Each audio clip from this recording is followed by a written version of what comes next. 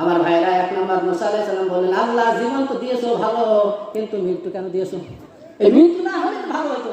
সারা জীবন এই জীবনটা চলতে এসে খালি চলবে, আর খামার কোনো অপশন নাই, তাই ভালো হতো না? আল্লাহকে এই কথা বলতেছে মুসা তো আসাদ একজন নবী ছিল, খালি প্রশ্ন করতো আল্লাহকে। এটা সবচাইতে রাগী নবী ছিলেন। যাই হোক, এক নম্বর প্রশ্ন ছিল, আল্লাহ জীবন দিয়েছো আবার মৃত্যু কেন দেওয়া লাগবে? আল্লাহ রাব্বুল আলামিন বলেন, মৃত্যু এর জন্য দিয়েছি, মৃত্যুর মাধ্যমে বান্দার সাথে আমি আল্লাহ সাক্ষাৎ হবে কিয়ামতের ময়দানে। জোরে বলেন সুবহানাল্লাহ।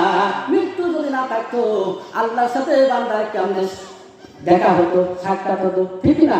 জান্নাত জাহান্নামের ব্যবস্থা হতো না। এই জন্য আমি আল্লাহ মৃত্যু দিয়েছি। জোরে বলেন সুবহানাল্লাহ। 2 নম্বর, আল্লাহ জান্নাত তো দিছো, জাহান্নাম আর দেওয়ার দরকার কি? হ্যাঁ, এই জাহান্নাম যত রকমের ভেজাল, যত রকমের শাস্তি, যত রকমের আযাব গজব, আল্লাহ জান্নাত দিছো, জান্নাতের নাম শুনে ভোগ করবো, জাহান্নামে